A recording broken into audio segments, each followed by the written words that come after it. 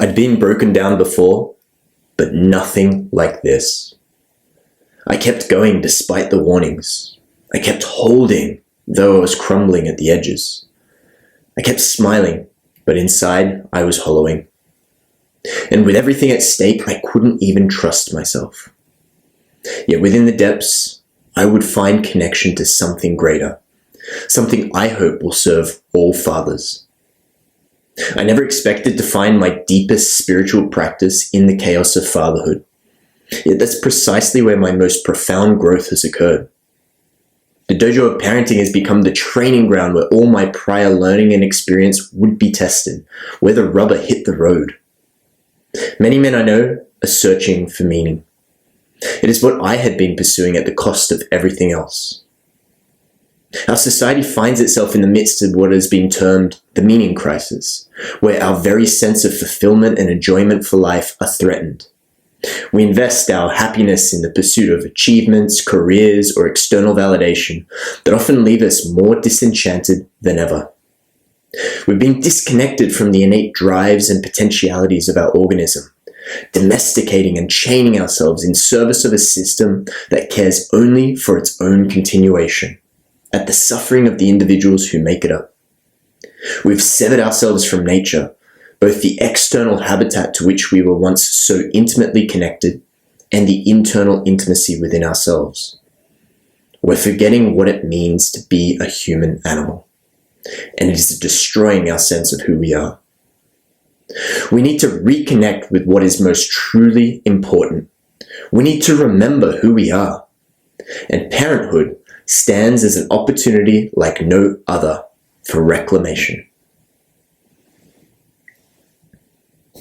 What we need more than anything else is a unifying whole life experience, a focal point for meaning within our lives. We need an engagement and discipline, a time and a place to draw our energies together into a powerful and coherent whole. We need a renewed culture of learning, one in which the process and experience of education is valued for its own sake. Most importantly, we need to pit our lives up against the world and find out what we're really capable of. And we need to do it often, with regularity, with discipline, with commitment, and with resolve. Mere knowledge is not enough. There must be a doing, a consistent, engaging, risky, and powerful doing. In other words, we need a practice. Frank Frenchik. The single most powerful idea that has informed the direction of my philosophy and perspective towards life has been practice. I first began to deepen my appreciation of this concept through the work of Frank Frenchik and his revolutionary book, The Beautiful Practice. You may have a sense of the verb practice and the deliberate intentional repetition of some activity or skill that we'd like to develop. But practice in the way I'm using it is as a noun. Practice is a discipline, a profession, a craft, referring to a broader experience that goes beyond the simple repetition and skill development and toward something greater. A practice might look like an athletic pursuit, a school, an apprenticeship.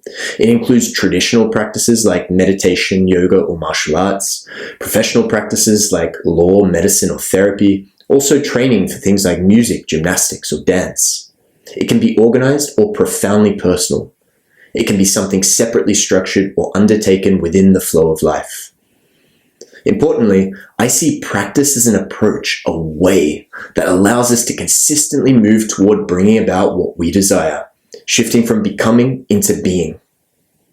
Throughout my life, in exploring and cultivating practices in its many forms and applications, I discovered that its most profound expression would arise as I became a father.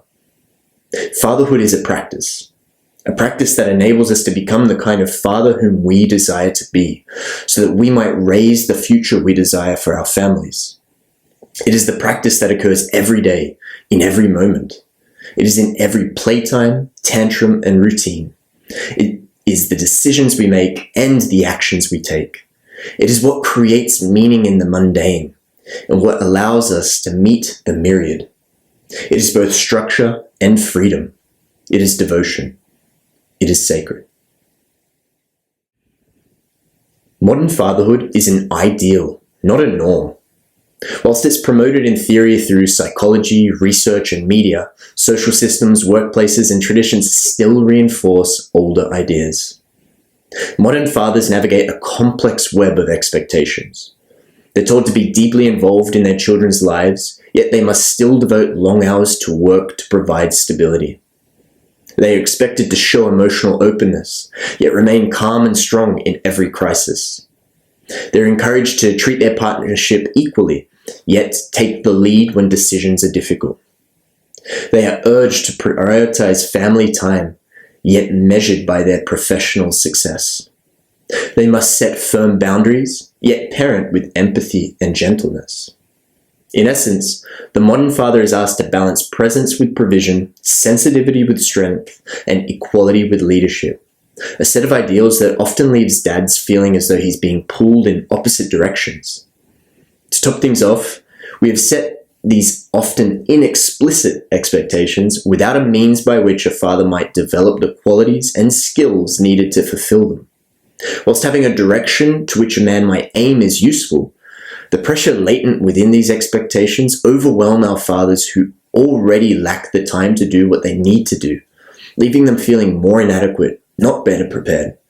It's because expectations do not lead to embodiment, and information is not integration. Without an approach or a method, we are unable to live into the ideal. I hope these words may serve to bridge this gap. Ultimately, the way we do anything, the way we engage with life, is undertaken at the level of the body. And it is by working at this level that we are able to actually close the gap between our intentions and our actions. Practice is what serves this purpose. In a traditional martial arts dojo, students begin with basic forms. These are movements practiced repeatedly until they become second nature. When we treat fatherhood as a dojo for our art, the effect is similar. We practice the fundamental movements of presence until they become available in moments of stress. We practice self-regulation to be able to meet, contain, and express both our emotions and those of our family. We practice embodied awareness to speak and act authentically with what we feel and how we are affected. We practice grounding to remain receptive to whatever is taking place before us. What I've discovered is that specific repeated forms create the foundation from which spontaneous, appropriate response can emerge under pressure. The father who can remain regulated when his child is dysregulated has practiced returning to his body and breath 1,000 times before. The training begins with your body, not your mind. Before strategies, before words, before intentions, there must be a physical foundation of stability from which wisdom can arise. Your posture, your breath, your contact with the ground beneath you. These are your anchors that will enable you to weather any storm. At its essence, beautiful practice encompasses a sequence of intentional choices, responding to each moment from a place of embodied awareness rather than automatic reaction. But beyond that, we are able to utilize our embodiment to lay the foundations of direction, structure, freedom, and flow in our lives, in the lives of our family. We are able to create coherence between work demands, family needs, and our own sense of self. Many fathers I know, and men for that matter, operate from one of two extremes: rigid structure with no room for life's unpredictability, or no structure at all with no foundation to stand upon. The wisdom of fatherhood lives in the integration of these apparent opposites. Form creates freedom. Structure enables flow. Not so long ago, my son had a complete meltdown at home. Perhaps it was the lack of sleep, perhaps it was some developmental leap that overwhelmed his system, perhaps it was his process of adjusting to the boundaries of the household. Whatever the case, he was inconsolable. His little body was overcome by emotion, and he was physically acting out, slapping, kicking, flinging himself around. In that moment, I felt my own nervous system spike. I could sense my impatience at being taken away from the work I intended to be doing, and I could feel anger rising in reaction to his chaotic expression. I wanted to escape, give him some easy distraction, or command that he stop. Whilst this might have brought us some instant relief, it would have done little in the long run, as he and we would not have processed the emotion of the experience, leaving it open to reignition, something I've come to learn through experience. What happened next wasn't a result of some logical problem solving, but a direct result of practice. Despite the fact that I was underslept, overwhelmed, and overstressed in my own right, in recognizing his struggle, I was able to drop into the situation with a different kind of presence. I came down to his level, gently into his space. I held him, firmly enough that he was not a danger to himself or others, but loosely enough that I did not constrain his movement. I found my sit bones beneath me and gave my weight into the support, allowing my posture to find a sense of uprightness through the connection to the ground.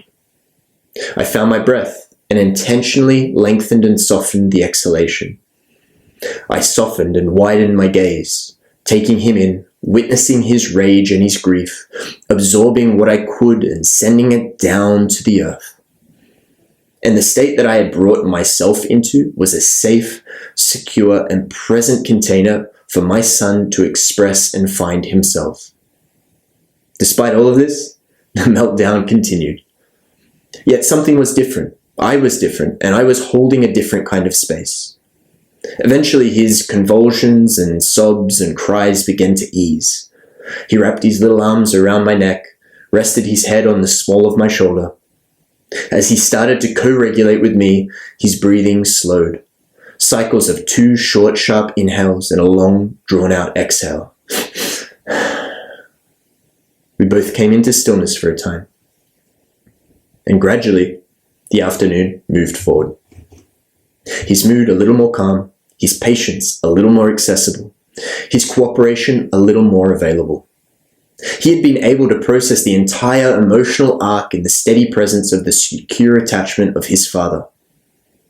Though in the absence of practice, I believe I would not have been able to hold such a space.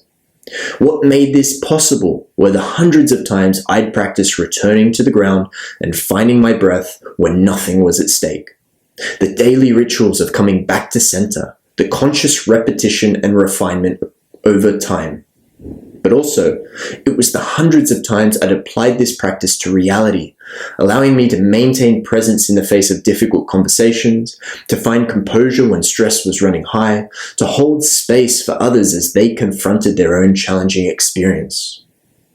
What often appears to others as an innate characteristic or natural ability, for me is the result of dedication to practice, of form expressing itself through me. He who appears most relaxed and spontaneous with his children has often done the deepest work in private, training his responses until wisdom becomes reflex. Consider that you were a painter.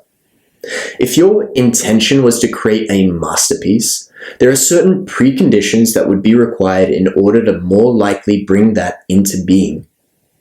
You would have had to have some experience with painting, honing your skill set over the years of practice where brushstrokes had become second nature, where you held some command over technique and your ability to capture your vision in material developed. And even with all of these qualities, the moment inspiration truly strikes, the painting would not manifest unless the environment supported it. You already had your space set up, the canvas upon an easel, and your paints and brushes readily available. All of these accumulate to increasing the likelihood that a masterpiece will be created.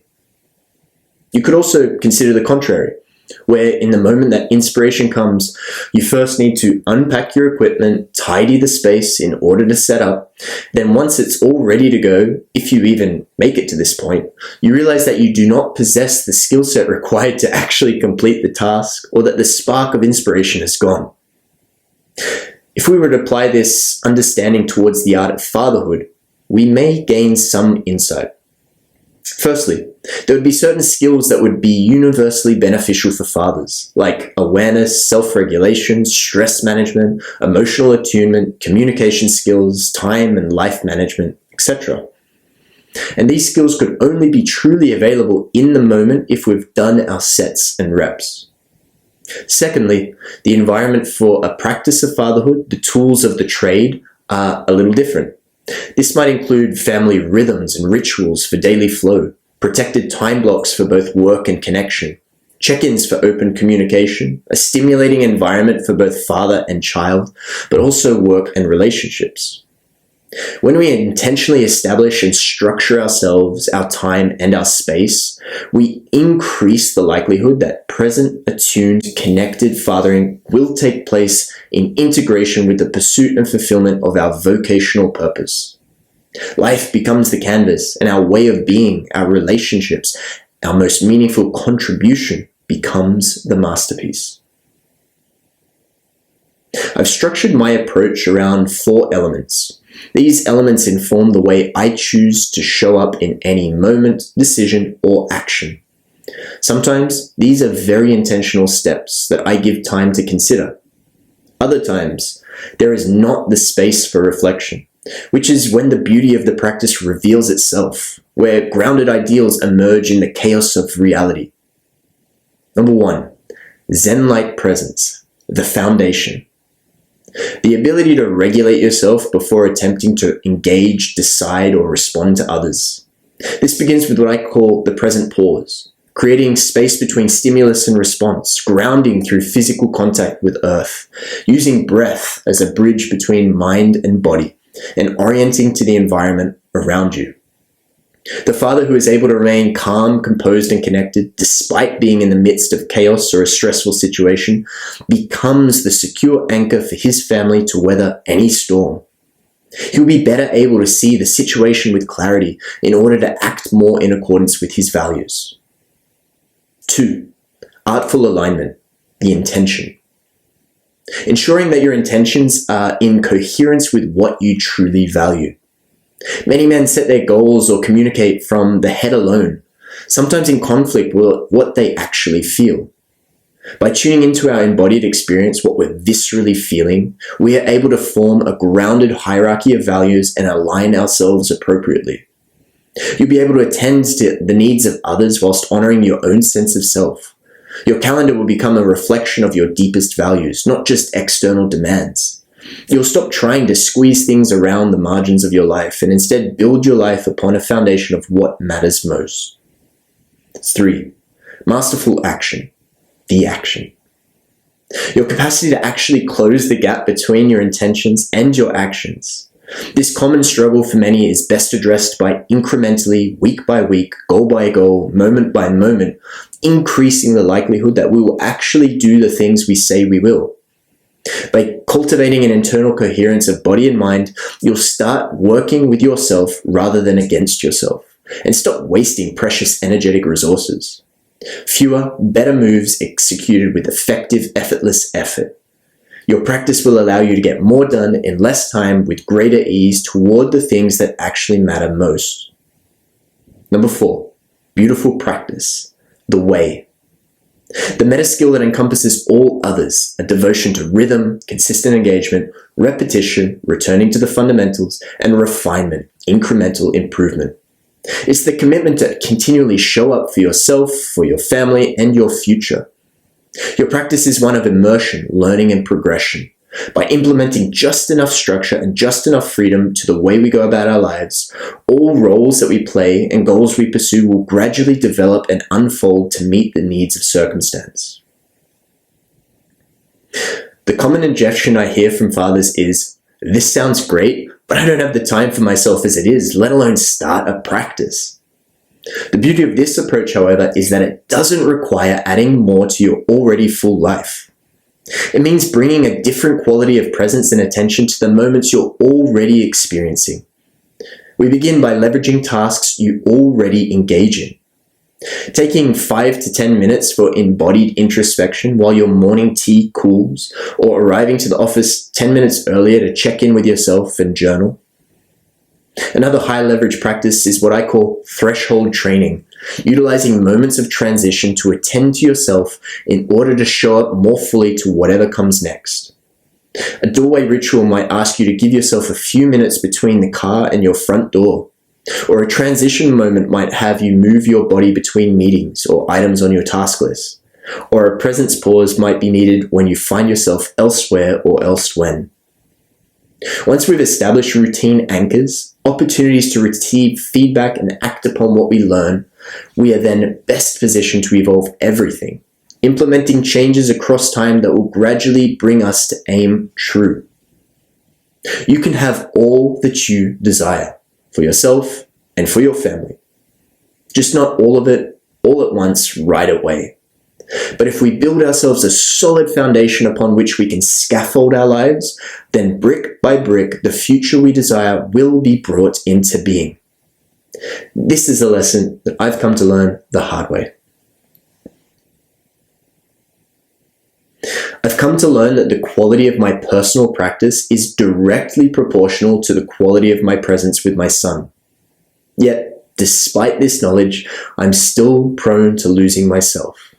When times get tough, when there are 1,000 things to be done, when work demands and family needs are at their peak, I too forget the foundation. If a father burns himself out when he can barely lift himself, how can he truly support his family? I'd been operating on the unspoken rule that a good father puts himself last. I'd sacrificed sleep. I needed more hours in my day, and it seemed to be the easiest place to take it from. Going to bed after midnight, rising before 6 a.m. was manageable, at least at the beginning. I'd sacrificed my relationship. I gave away those precious moments of connection where nothing is particularly achieved, yet meaning and intimacy is built upon. I lost the excitement that comes in the planning of special moments and the fullness of my presence for the mundane ones. And I had sacrificed my practice. With it, the anchors that kept me grounded in the storm, and the space to see what was actually happening in all other domains of my life. In those moments, I didn't know who I was. I was reactive, doing my best just to get through all that needed to be done, numbing myself or ignoring anything that did not serve my misguided resolution. In truth, I'd become a danger. I was making more mistakes, setting more unrealistic expectations, wasting time and energy in empty pursuits. I was not even fit to drive my family anywhere. Then the sharpness of reality came to slap me on the face. It came in the form of a reflection from my beloved, as it so often does.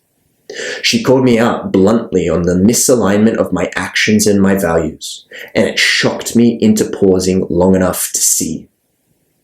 I was on the edge of burning out, or worse, and it was time to return. In actuality, to break the pattern was all too simple, though definitely not easy.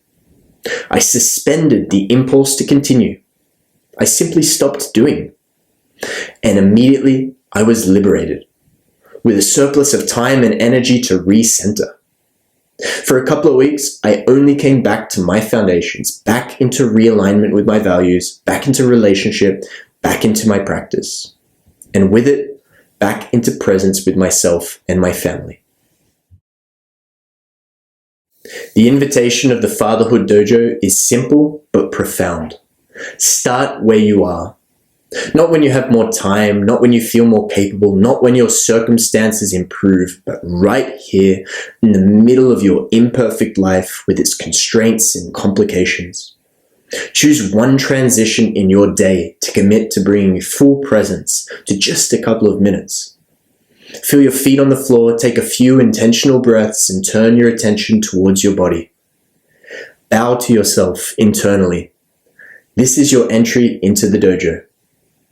When you inevitably forget or fail, as we all do, practice self-compassion rather than self-criticism. The father who can meet his own mistakes with kindness is teaching his children that value and worth doesn't come from perfection, but from the courage to begin again. At first, this will require effort on your part, but through practice, it will gradually transform from something you do to something intrinsically a part of who you are. And in practice, we might just find connection to some deeper sense of meaning that transcends our individual sense of self, emptying, broadening, and deepening who we are. As fathers, we stand at a critical threshold in human history. Between inheriting the models of fatherhood that no longer serve us, whilst pioneering new ways of being with our children that can heal generational wounds and create a healthier pattern for the future. The way asks us to confront our own shadows, unlearning harmful patterns and committing to growth even when it's uncomfortable. Yet what awaits on the other side is a fatherhood that the world desperately needs. When enough fathers commit to practice, the ripples extend far beyond the individual families. We begin to create communities and societies where the best of both masculine and feminine qualities are permitted to dance together, weaving a more beautiful world that we know in our hearts is possible. I invite you to join me in this practice. Your presence matters more than you know, and your practice changes more than you can see. I see there are two primary struggles fathers face in fatherhood: a lack of guidance and a lack of community. Zen fatherhood has been created to change this story. The art of fatherhood is designed to catalyze fathers like you into embodying the type of father you truly desire to be, through practical embodiment skills and grounded strategies for integration. And the Zen Fatherhood online community supports men in navigating the journey of fatherhood together, fellow travelers sharing both the pitfalls and spectacular views along the way. If you are interested in developing your own practice of fatherhood with us, you can find out more at zenfatherhood.com. To your most beautiful practice.